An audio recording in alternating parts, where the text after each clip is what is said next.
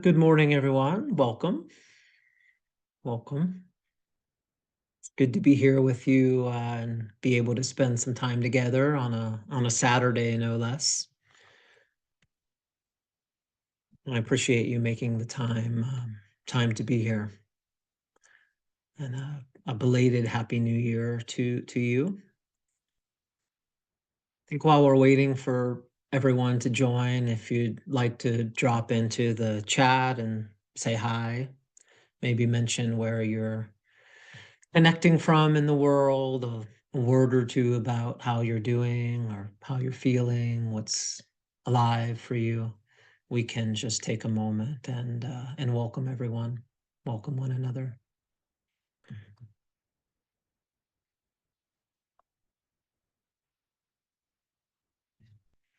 Morning. Nice to see you.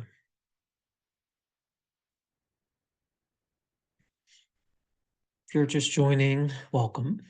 Welcome. We'll just take another moment and let everyone make their way through the Zoom portal here before we get started.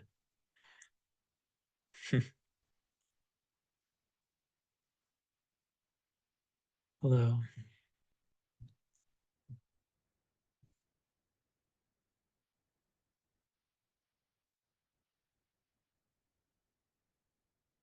Welcome. Welcome. Hello, Linda from Westminster, just down the street. I'm in Boulder today.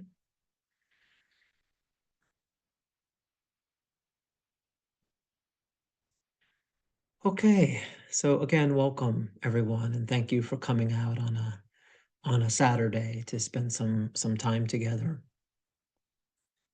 For today, I just wanted to say a few things about the new 2025 spirituality and healing group and community, which will be getting started this Thursday, February 6th, with our first live session. And I know some of you, I recognize some of the names, are already signed up for the group or have been with us over the last year or two or longer. And I thought it might be helpful to get together and I could respond to any questions that you might have about the group. And maybe I'll make a few opening comments first, and then we can just sort of open it up. Um, and to ask a question, just type it into the chat box and I'll scroll through and do my best to get to everyone. You could certainly drop a question or two in now, but it might be better to wait just a bit when we open it up.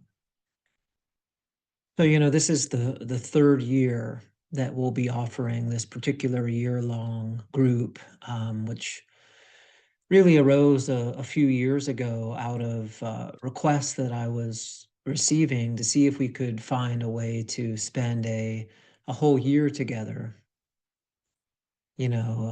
committing or recommitting to our spiritual and healing paths, to the life of the soul, and to what it is that's really most important to us.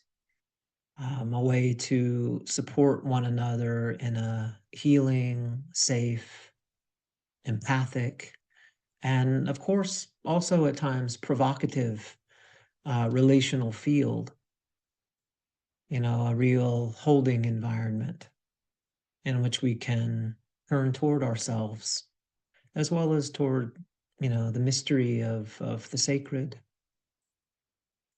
I know it can be a bit lonely out there, and it can seem like we're on our own a lot of the time. And I think as relational human beings, we're wired and we're crafted, we might say, to be in relationship with one another, to co-regulate, to love and be loved, to hold and be held, and to really to make the healing and the spiritual journey with friends and fellow companions by our side. I mean, that's just the sort of psyche and nervous system that seems to go along with this particular star anyway. And there's something really precious, I think, about that, and also it can be really hard. It can ache and it can be so tender at times. And so I assume that most of you or some of you have had a chance to take a look at the information page for the group. Uh, and if not, that's fine. Of course, we can drop that link in here maybe. And that page does describe in some detail what we'll be up to during the year. And also, a couple of days ago, I believe it was on Thursday, we sent out an email with some of the most frequently asked questions about the group and the community that we've been receiving. And if you're on the main email list, you should have received that, and which is also just another resource that might be helpful. And if you didn't receive that email for whatever reason, we can, of course, go into all of that here and any other questions that you might have. And so I do want to respect your time here on the weekend, especially, and don't want to just repeat what's on the page already, but I will just make a few comments sort of to get us started, if that's okay. I think so. The intention or the real vision of the group is really in the spirit of providing a sanctuary or a place of refuge, a holding environment for our psychological and spiritual inner work, where we can come together as friends, as fellow travelers, and explore the nature of healing and of an embodied spirituality, one that includes the soma and the nervous system and our emotional lives, our relationships, psychological and shadow work, and the role of trauma and early relational and developmental wounding on the path. In short, to explore an integral approach, that includes the full spectrum sort of majesty of the human person in all of our chaos and glory, a realization of a felt sense of wholeness. We don't want to leave any part of that out. And so, for those of you who don't know me, my training is in the psychology of religion, the role of spirituality and psychotherapy, the connection between trauma and the spiritual life, relational wounding and attachment, how all of that sort of fits together or doesn't at times. And also several decades of intensive meditation and contemplative practice with a lot of time in my early life in India and Nepal, and starting in 1992, which was what, 33 years ago, just wandering around looking for God and freaking out my parents and my family, like any good young, somewhat immature yogi.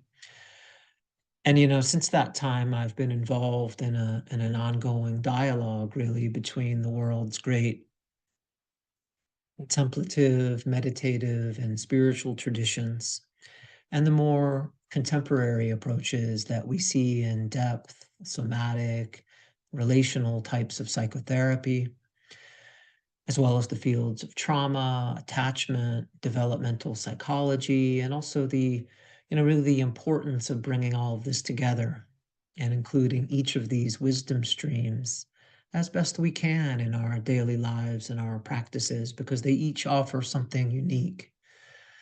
Um, for many years, I worked with Tammy Simon of Sounds True, who maybe some of you have heard and are familiar with her podcast.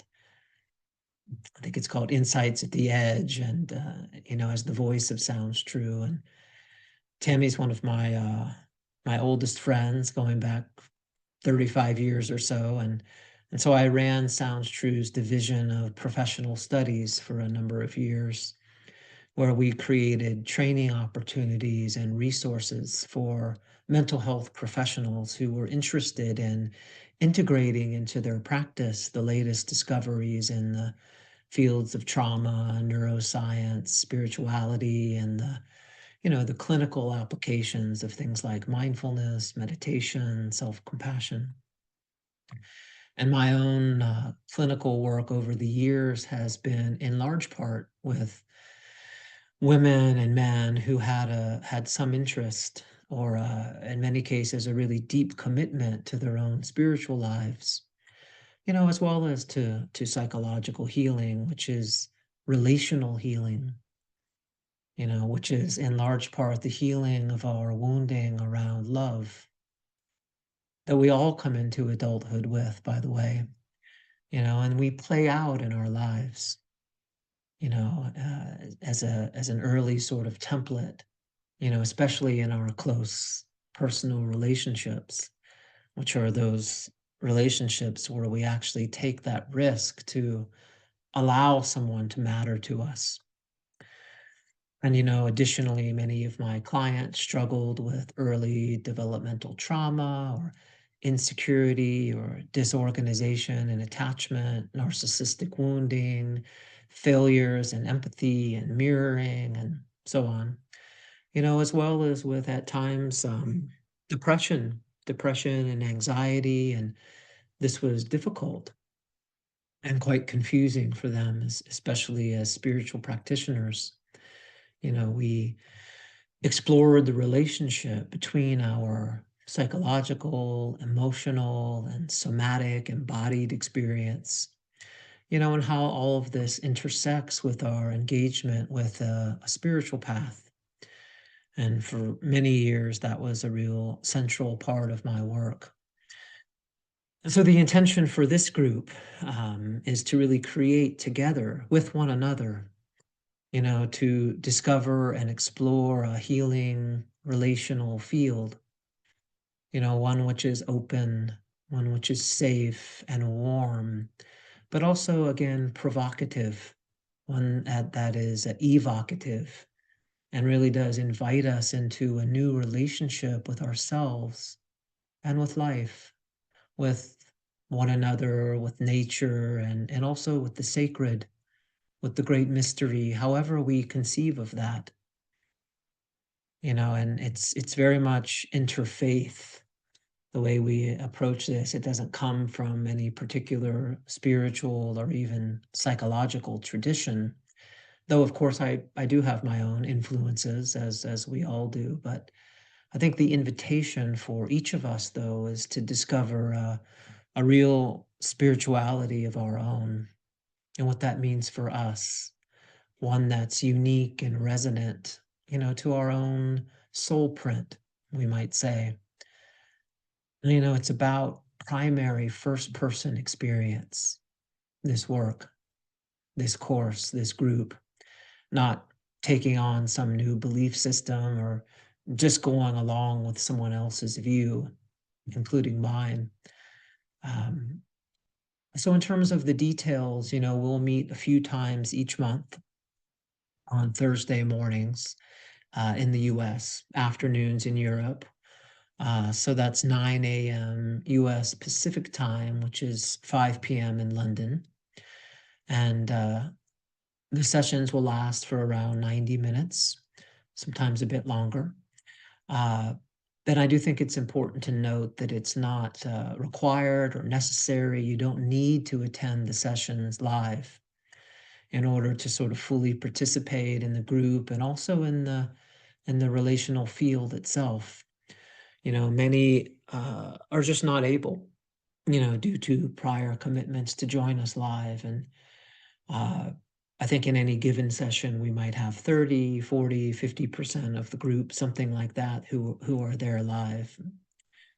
And so by, watching the replay of the session and engaging with the meditations and the exercises, as you're called to do so, has a way of really keeping us connected, sort of linked together in a certain field or holding environment that really does seem to transcend time and space.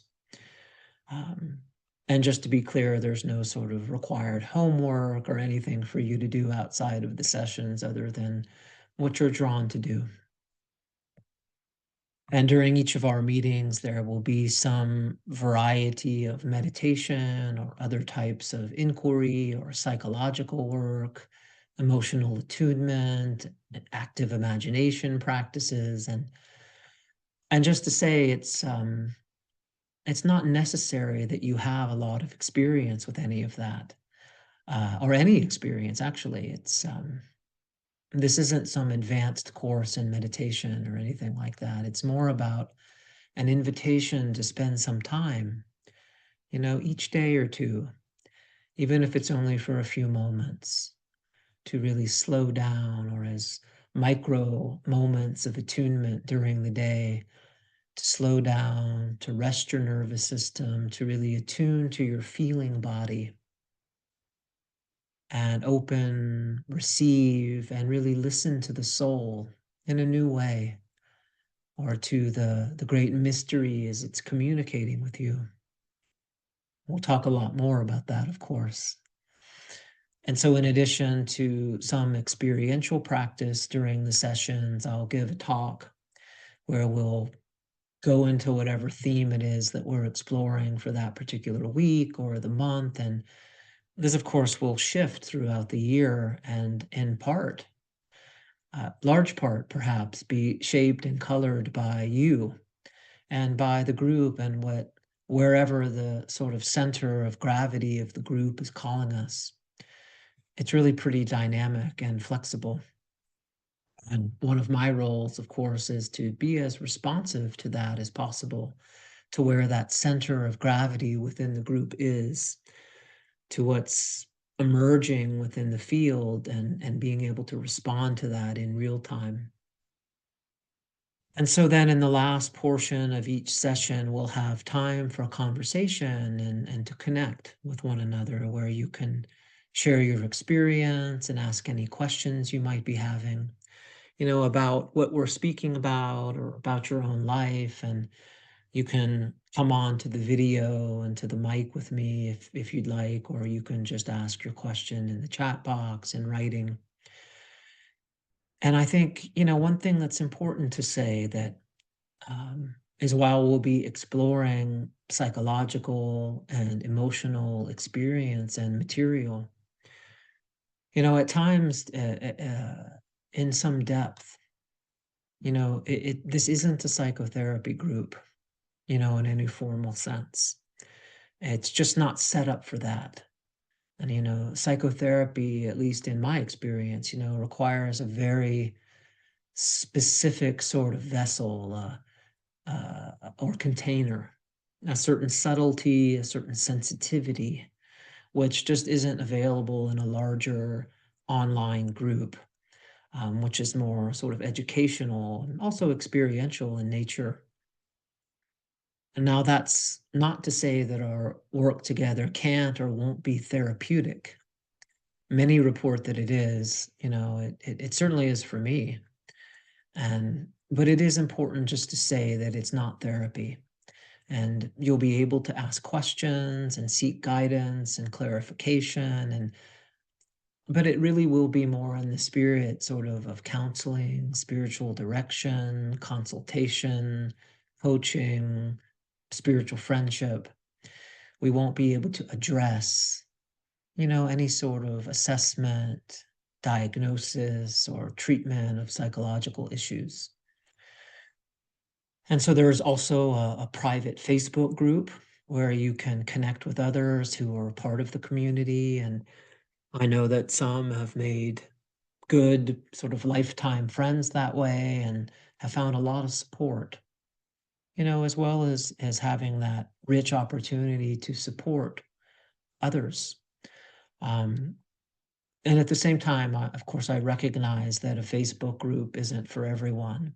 And please know that in no way it's required to be part of the Facebook group. I'll theoretically be a part of the group. My name will be in there, but I won't be participating in the group. So you won't miss anything from me anyway if you choose not to join. Okay, so I think I could go on and on, but why don't I end it here and we can just open it up if you have anything you'd like to ask. Um, Please feel free to write your questions into the chat, and I will do my best to get to everyone. And I would request, please, that for today anyway, that we keep the questions to the group and the community rather than just sort of general questions about life, spirituality, healing, just as a way to keep us focused. And also specifically to questions about the content, the format of the group, if we could.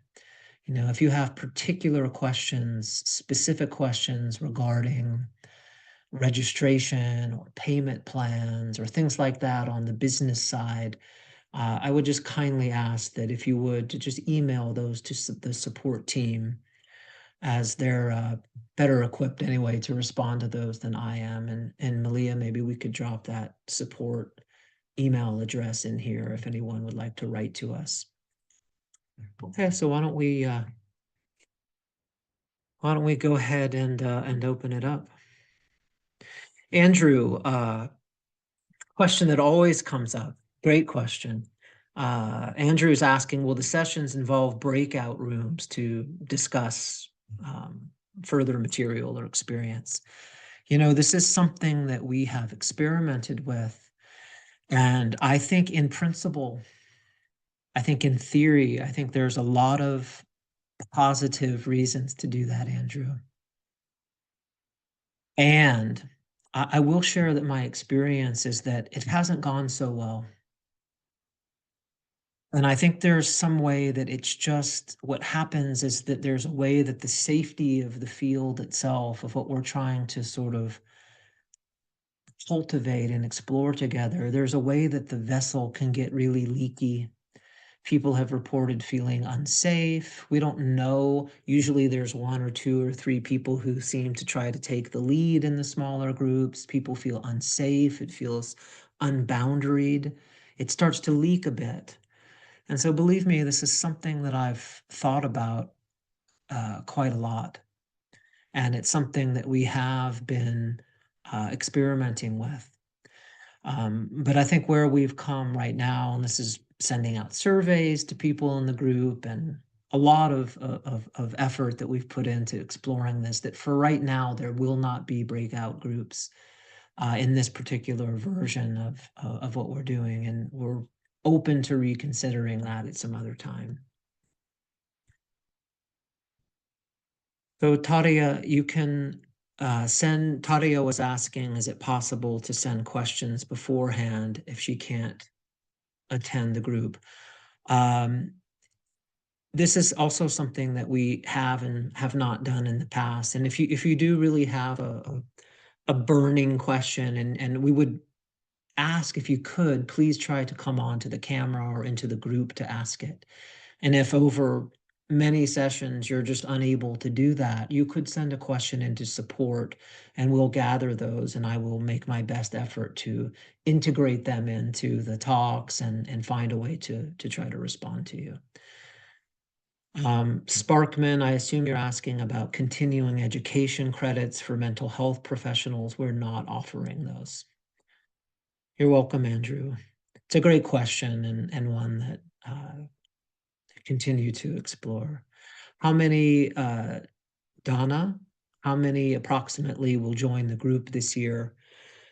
The groups are, if I were to try to guess, they're generally in the mid to upper 100s, lower to mid 200s. I don't quite know yet what's happening with the current group, but generally it's somewhere between 150 and 250 people total in the group and community. Now, keeping in mind that 20-30% of those actually show up live on any given session.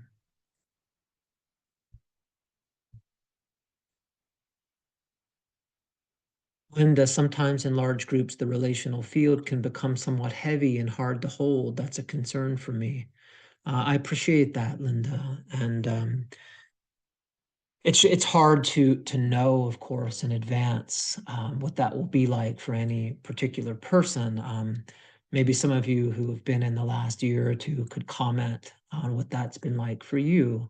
But it's certainly important for me to be able to digest and hold and respond to any heaviness that might come into the group. And maybe if there are any others who have been in the group, maybe it would be helpful to hear from them if someone wants to drop something in there. Let's see what else we have here.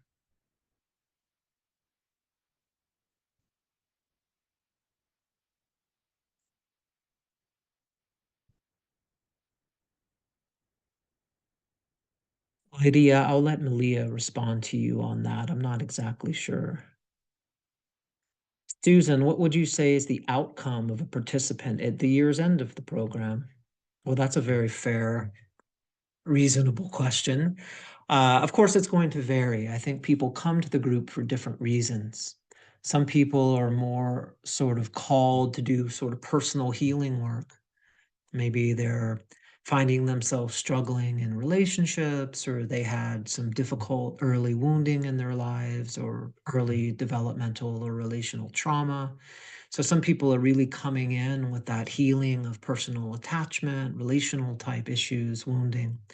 Some people will come that are drawn more, not so much towards that, but more towards the spiritual side of the work, the transpersonal side of the work, the meditative side of the work, really working on more of that transformation in one's sense of perception of oneself or of reality.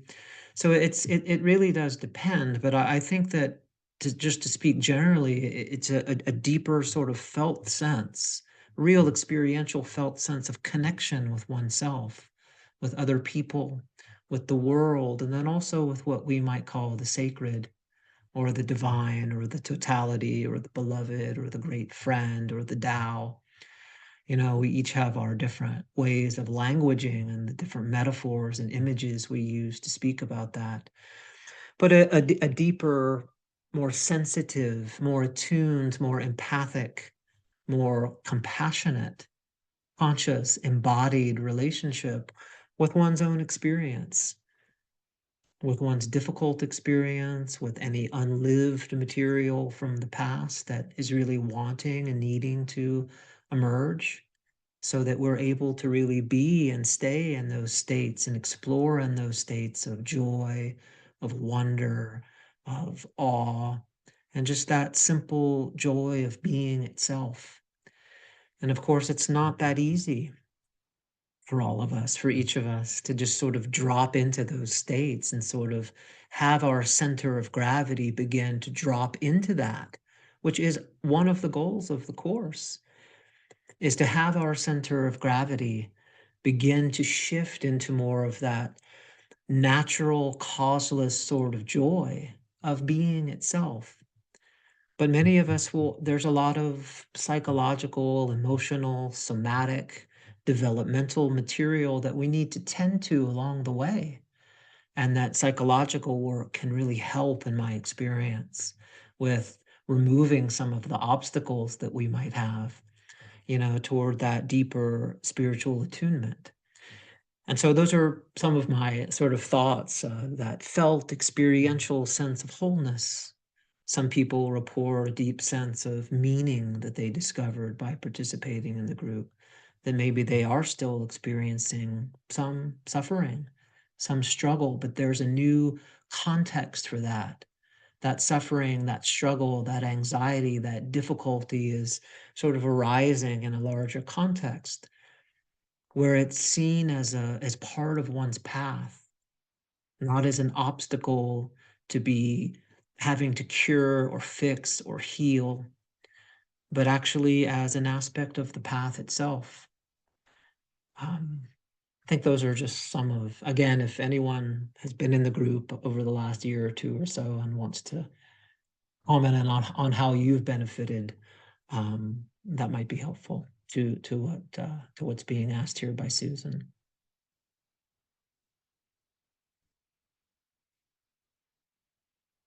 Lori, in the call earlier this week, you spoke so poignantly about the liminal time that many of us feel we are in. Will you do more talks about that? I mean, my best guess, Lori, is that I don't think that liminality, that sense of bardo, that sense of in-betweenness, that sense that, that archetypal process of death and rebirth and the different aspects of that so many are experiencing right now that is so alive in the collective. My sense, and what do I know really, but is that that's not going anywhere. So as long as that's alive in the personal, cultural, societal, collective psyche, that feeling that so many have and report to me anyway of being in between, like something has fallen away, something has died, some old way of living, like that death of an old dream, the dream of me and my life and how it was all supposed to turn out. Like that has fallen away in so many ways. And I think this really started to become alive for many of us around COVID time, and it seems to really have deepened. And what it is that's emerging, that renewal, that rejuvenation, that rebirth, it hasn't made itself known yet. We can sometimes get glimmers of it in our dreams or just taking a walk out in nature or spontaneously playing with our children, whatever it is, with our dogs, our spouses. We can get maybe a sense of some rebirth, some rejuvenation. But for many of us, we're sort of in between that death, that falling away, that things falling apart, and what it is that's wanting to emerge within us. And so that's a very essential part of what we're doing is to explore the richness, the pregnant creativity of that middle period, which is very difficult. It can be very groundless. It's not something that our world, that many of us have really been taught.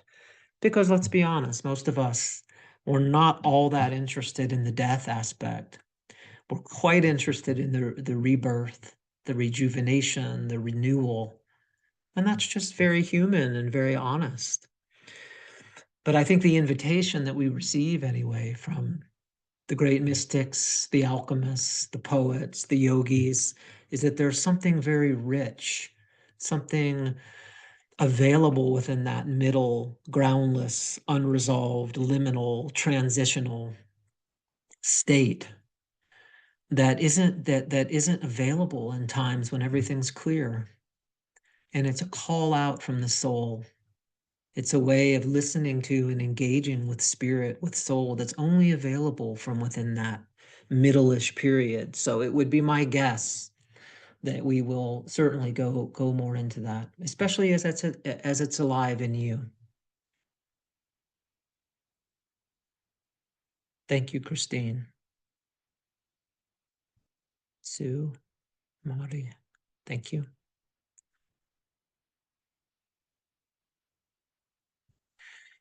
Anya, I would like to join and experience one session. If after that meeting it doesn't feel right to continue, would I be able to leave and only pay for that one session? That sounds like a very fair question. I would probably feel like that myself too. I do believe that's possible, honey. I don't think you would have to pay for the one session either. I do think there is, and again, maybe Malia, you could chat with Hanya, or Hanya, you could write into the if you join, you will be able to write to us before February 17th to cancel. So it sounds like you would, if I'm reading that correctly, sounds like you would be able to do two sessions, um, which I think is better than one. The reason I say that is because in the first session, it does have a bit of an introductory quality to it. Hey, here's what we're going to be doing. There's it's not that we won't get into some content in the first session. We will. But I think to do two sessions, it looks like that. If that's not clear, Hanya, please write to the support there, and they can clarify that. Okay.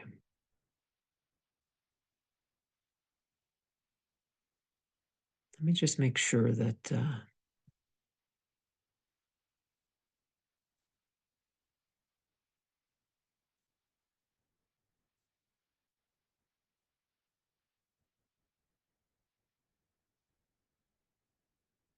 Just circling back here to the beginning and make sure I haven't missed anything.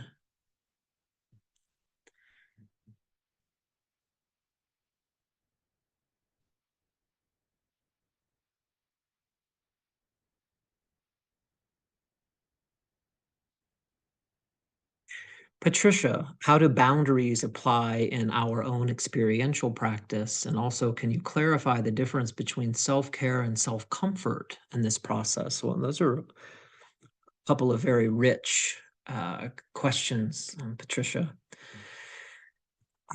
So in terms of self-care and self-comfort, I appreciate that you're differentiating that. Obviously, this is something that you've thought about, and my personal sort of view on that is, we can differentiate those two processes, and I think they're both important at times.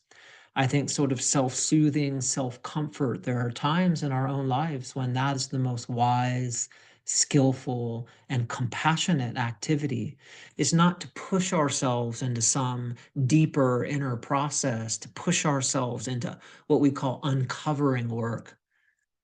If by doing so, by just we can so easily turn our lives into some unending sort of self-improvement process where we're just digging and digging and digging and bringing up all this material, and we're not able to metabolize it, to process it, to digest it, to make use of it. And so what it tends to do is to push us out of what we call our window of tolerance. And when we're outside of our window of tolerance, we're not able to integrate that material anyway. And so what happens when we're outside of our window is that we have really no choice but to bring online those old, archaic defensive strategies of fight, flight, shut down, freeze, dissociative response. And so part of what we'll be doing is learning how to discern, what aspect of the path am I working on right now? Am I working on more of finding resources in my body and my relational world to manage overwhelming emotion, stress? Are we looking for and needing a felt sense of safety in a particular moment? Or are things relatively safe enough? Is there a capacity? Is there a resource that's available where I can go more deeply into sort of that more uncovering aspect of the path, which is shadow material, working with unlived, working with the lost orphans of psyche and soma as they arrive, inner child parts, so on and so forth, which requires a certain amount of capacity, ego strength, safety, whatever we want to call it. So self-care and self-comfort, we would have to kind of get into that. I think that would be a great conversation, Patricia, to have and to hear about your experience of what you mean by those two processes. I think in my mind, they're related, but we'd have to differentiate. I think it would be good to sort of parse that out a bit, especially if that was a particular issue that was important to you. In terms of one's own boundaries during experiential practice, we want and we're going to need to have a basic requisite amount of safety. So we close our eyes, we go through the meditations, or we go through some inner visualization, or we meet some young wounded part of ourselves. And it's very important to be honest with ourselves. Do I have the capacity? Is there enough safety? Is there enough space for me to actually hold and tend to this right now? And if there's not, the instruction will be to move out of the meditation, open your eyes, look around the room, bring some resourcing back in, feel the extremities, what's going on with my feet, touching the floor, to bring something to my mind, safe person, a safe place, to bring in that resourcing, to not just push and push and push and push into some experiential practice that is throwing ourselves out of our window of tolerance, but to actually begin to have 3 or 4 or 5 or 6 or 7 sort of go-to self-nourishing, self-nurturing practices that we can do when things get to be too much, when we're overwhelmed and we're falling out of our window of tolerance, and that fight, flight, freeze, shut down, collapse is starting to come online.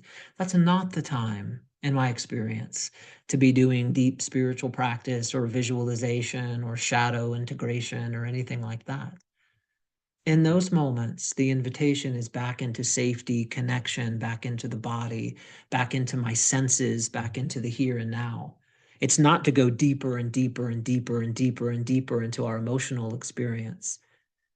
We take our attention out of the inside of our experience or the inside of our bodies, that process that's called interoception, and we move out. Anyway, these are just a variety of ways that to try to respond to, what is a really good question. I hope that's helpful, Patricia.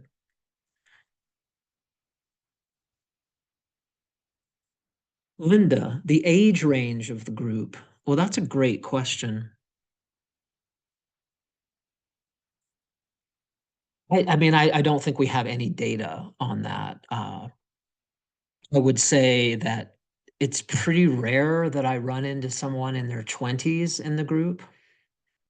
Um, I would say it's maybe rare to run into a lot of people in their 30s in the group. Uh, so, I would say 40s, 50s, 60s is sort of where the center of gravity is, maybe on the higher end of that. And again, this is just my guess and sense, and this has been accurate with my work for 20 or 30 years. Which is, it takes many of us, and there are definitely exceptions to this, but usually until we get sort of into our 40s or 50s before this kind of work starts to become really important to us. We have to accumulate a certain amount of life experience. I'm always super excited when I find someone that comes to the group or to a retreat or into therapy who's in their 20s. But it is pretty rare. And even 30s, I would say. And um, I always get a little bit excited when there's men in the group, because it is predominantly women. But there are always a handful of men who end up really participating and growing. And just to give you a bit of the demographics, again, this hasn't been studied. This is just sort of off the top of my head. I would say most of the people are in North America who are in the group, but we have 30-40%. And Malia, if I'm just totally off, let me know. But I think that are connecting from Europe. Um, I'm in Europe for part of the year, so you know, I'm in Finland, Tarja, where you are, I'm assuming by your name anyway. So I'm in Finland for part of the year, and so we do have a European contingency, and then people from all other parts of the world.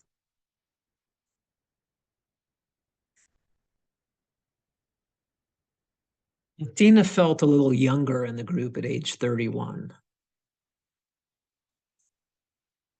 Well, I think that's probably true.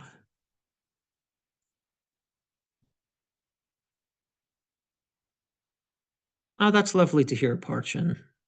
Beautiful.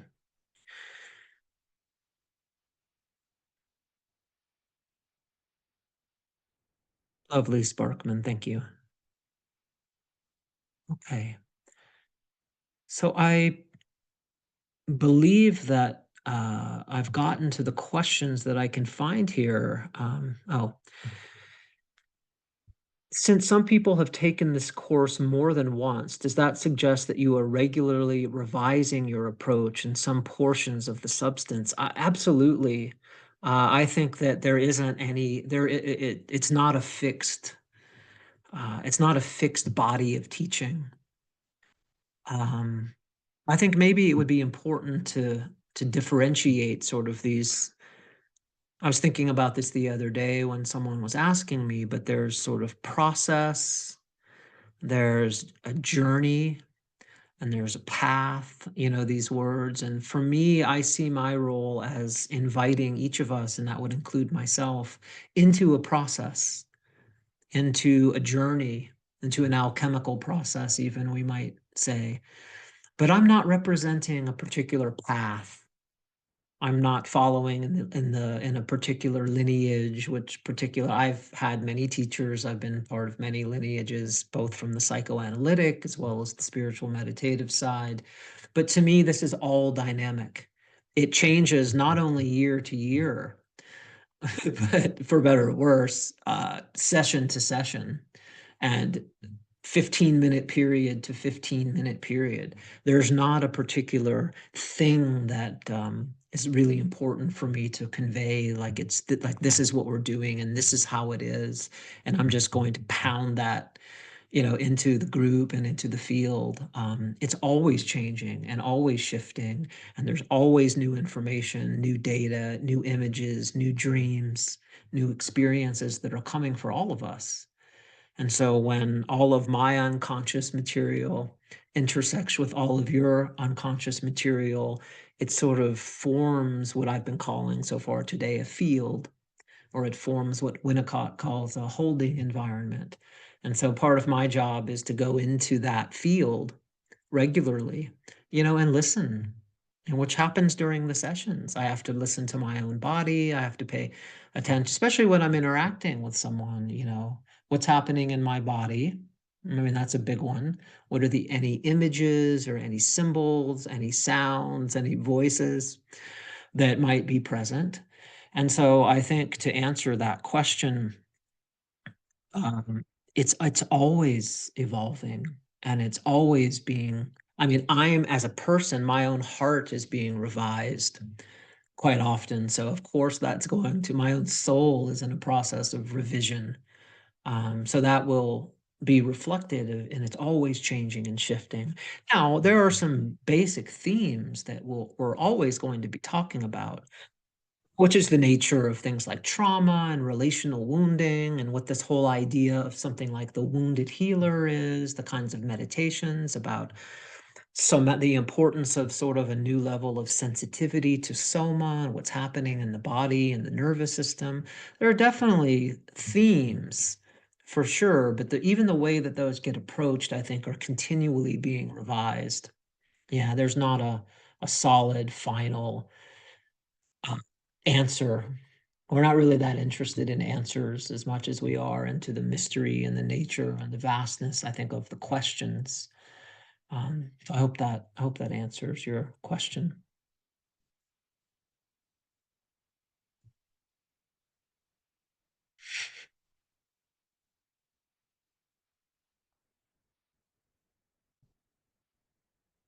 Lori, can you describe briefly the alchemical teachings and influences of your teachings in the group? Great question.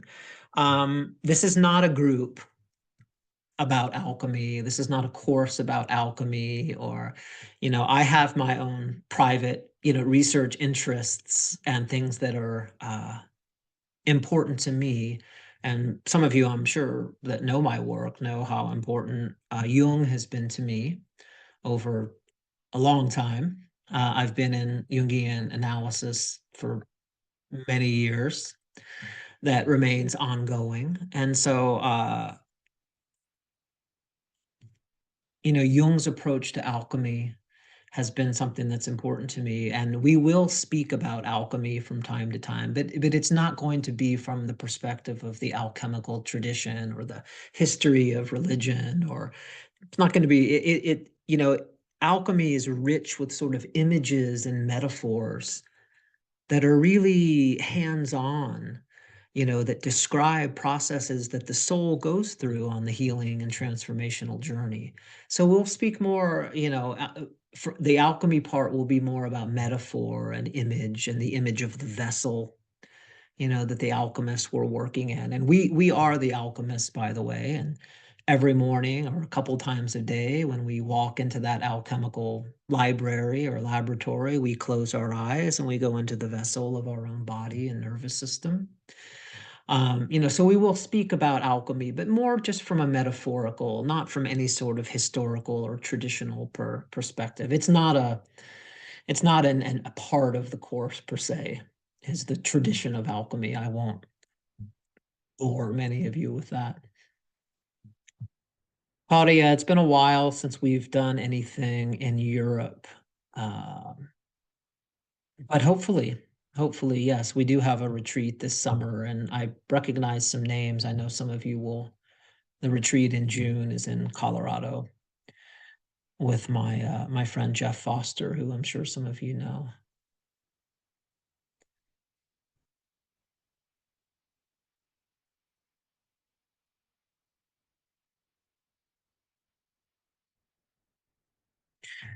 Lori, can you share a little more description and detailed about the unlived lives? Um, Let me just remove the S briefly from that. Not unlived lives in the sense of sort of past lives or anything. This isn't a course on sort of metaphysics, but the unlived life.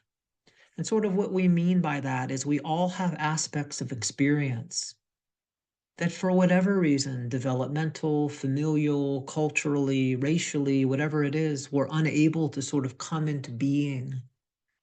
We all have unlived experience. Things like grief, grief that we've not been able to sort of hold, access, articulate, verbalize, make sense of, integrate. Rage, many of us as young children, especially if we were put into a position of having to really take care of one of our caregivers. Our childhood became sort of tangled up in how we're going to remedy a deficient sense of self in one of our caregivers. And so all of our energy as a young child goes into that caretaking role instead of exploring and resting in those more unstructured states of joy, awe, wonder, play, which is what we're supposed to be doing as a young child. Of course, what gets left behind is a lot of anger, a lot of rage for some of us that maybe some of us aren't in touch with. And so this idea of the unlived life is important.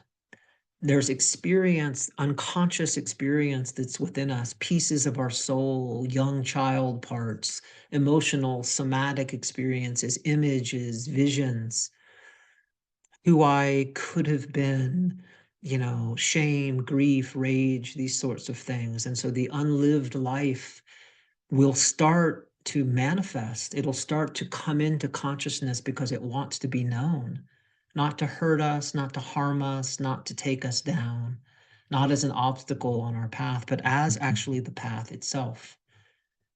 And so for some of us, it starts to color our relationships. For some of us, it comes in our dreams at night. For some of us, it goes through this process of somatization, which means it starts to come alive in our bodies, in our throats, in our bellies, in our stomachs. The unlived life is speaking to us. Again, not to harm us, not to hurt us, but to be integrated. And so the unlived life, that phrase will certainly go a lot more into that, into the implications of that.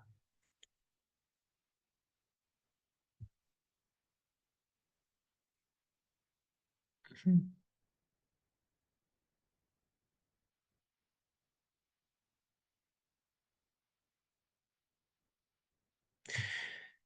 In terms of the refund policy, whatever the refund policy is, and I think Malia dropped that in, and you could clarify that with support. I think it's on the page somewhere also. Whatever the refund policy is, my apologies for not being completely clear about it. But it would absolutely apply to everyone. Yes, yes, whether you're new or not new or whatever you are. Um, Anya, could you say something about ancestral trauma? Well, that's a deep one, right? And we obviously don't have the time or bandwidth here to go too deeply into that, but just to say something about it. In my experience, I think there's a way that that some of us, many of us, most of us, some of us, some portion of us, will be asked to carry a certain burden, a certain attachment style, attachment narrative, a certain kind of failure in empathy, a certain kind of trauma, a certain level of shame or rage or grief that isn't simply inherited from our personal early biographical history, from what happened to me when I was, 18 months or 2 or 3 or 4, or even back in the womb, intrauterine type trauma. And any of this material we can go into at whatever level of depth you'd like. We can talk about preverbal and perinatal trauma and wounding. Uh, but so ancestral trauma would just basically what that's referring to is the way that trauma can get passed down intergenerationally, through things like attachment style, attachment narratives, the way we organize and make meaning and make sense of our experiences through what we call in the psychological world a schema or a script, which is the way that sort of a lens that we view reality through, sort of a set of glasses that we pick up, that were colored not simply by our early environment, our early biographical environment, but by actually generations. So it's just another form of relational wounding that is relevant to some of us, and it does come up for some of us as we do this work.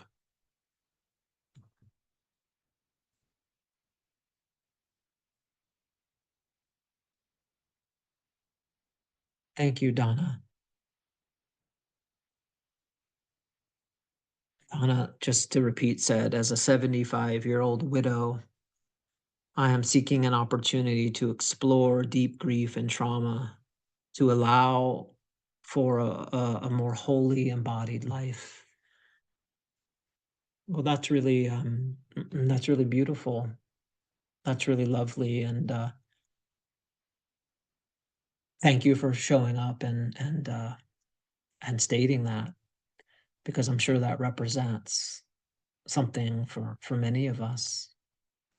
Is that unfelt, unlived, undigested sort of grief. I mean, the more and more I do this work, which I've been doing for a while now, the more and more I come to see that perhaps all therapy, just to use that word somewhat generically, all therapy in the end is grief therapy. And that's certainly a bit oversimplified, but just to say it nonetheless. So Donna, you're very welcome. And I would certainly have an intention and a wish, an aspiration to do everything we can as a group and community to support that kind of exploration, which is so important. There's so much life, and it's not easy. I mean, who of us wants to sit down and turn toward that grieving part of ourselves and just say, hello, I'm here. I don't know how to relate with you. I don't know how to feel you, to integrate you. I don't know what you need, but I'm here and I'm listening as best I can. So show me. Show me what it is that I need to get to know you, to get to know what you need. And so it's a vital part of the path in my experience. Okay, everyone, I think we're coming into the first to an hour here. Thank you, Wendy. Thank you. And so if there's a final question or two, we could do that, but I did want to try to keep things around an hour on the weekend here. And if any other questions happen to come up, please write to us at support and we'll do our best. We do get started on Thursday with the first session. Yeah, so you have a handful of days to ponder anything else you might want to ponder.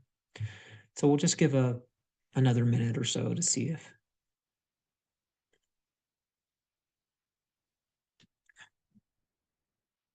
Thank you, Catherine. Catherine's asking about the approach of neurodiversity.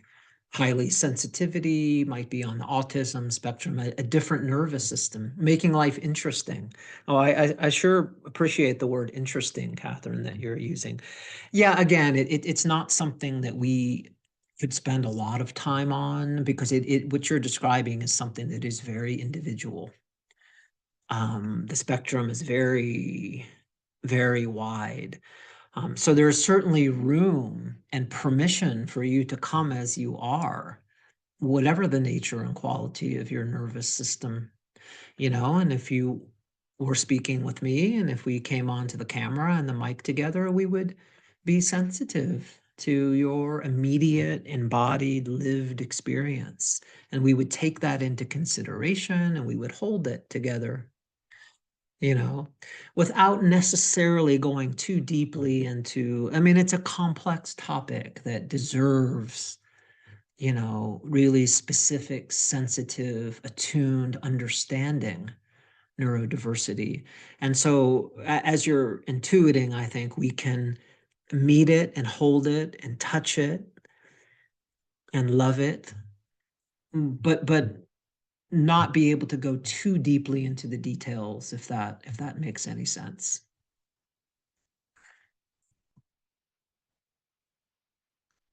Thank you, Susan.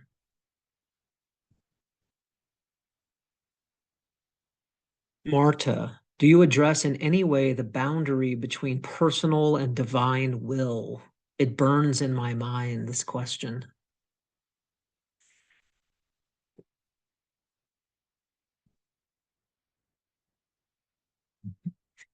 Great question, Marta. And of course, I don't know the answer to that question. It's way beyond my pay grade. But what I can tell, what I can tell you is I'm very interested in the burning part. And so if you were to come on with me and we were to have a conversation, I would really want to know about that burning that you described that you're feeling. That question is a lifetime question that we want to, where Rilke speaks about the importance of living that question, not answering it. I mean, I could give you some philosophical, sure I could come up with something. I mean, I can answer just about any question. But so what? On some level, I think the question itself is so rich and it's so alive, and it's something we could have a conversation about. What is the relationship between, the individual self or individual consciousness and reality as a totality? Are they separate? Are they one? Are we talking about some dualistic relationship, relational component? Are the ego and self related? Are they the same thing? These are deep, deep questions. And what would it mean to attune to something called the divine will? And how would I be able to discern and know in real time the difference between the divine will and just some spinning out of my own undigested complexes? Great question. And I would have to know more about that burning. Anytime someone says something is burning inside of me, I tend to perk up a little bit, because that burning that's the lifeline. And so I would be, not to avoid your question, maybe to avoid it a little bit, but because I think that burning is really the lifeline. I would want to start there. Thank you, Donna. Okay, everyone. I think we'll leave it here for today. And thank you so much for coming out and for your interest in this, and your interest in your own path of healing, of spiritual transformation, however that unfolds for you, whether it's in this group or otherwise. I really wish you the best, and thank you for caring about it enough to spend your weekend, to your Saturday, your precious Saturday, to come here. And again, we'll be starting on Thursday with the first live session. And please write to us at the support address that Malia's dropped in there a few times if you have any questions. Um, and we'll just take a moment to say goodbye to one another.